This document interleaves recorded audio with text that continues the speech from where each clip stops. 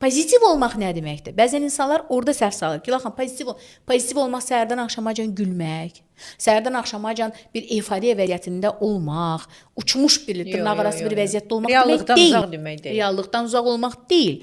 Pozitiv vəziyyət ən çətin dövrdə belə. Aha. Bax, bu liderliğin idarə olması təliminin birinci funksiyasıdır. Lider formalaşanda bilirsiniz, onlara nə öyrədirlər? Sən ən çətin vəziyyətdə belə ən işıqlı qərarı görməyə bacarmalısın. Və pozitiv bilinç yenə deyirəm, demək, biz demirik ki, siz pozitiv bilinçli olaraq, yəni dünyanı düzgün görməyə bacarmaq. Dünyada daha ötə sistemin var olduğunu düşünmək və bu yola çıxmaq. Yəni və pozitiv bilincə hər adam da girə bilmir.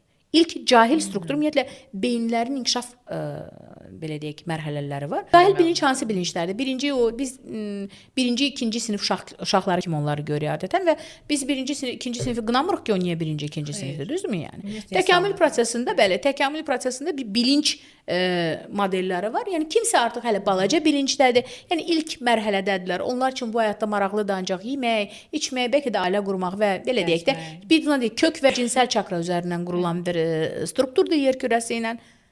Var orta bilinclər hansı ki artıq belə deyək bu natural baza ehtiyaclarından çıxıblar, artıq tək ovçuluqla və ailə quruculuqla məşğul deyillər və biraz daha ötə bir var sistemına girməyə hazırdırlar və var ali bilinclər. Ali bilinc artıq heç bir halda natural istəklərə bağlı qalmır və sistemin daha ali olduğunun axtarışındadır.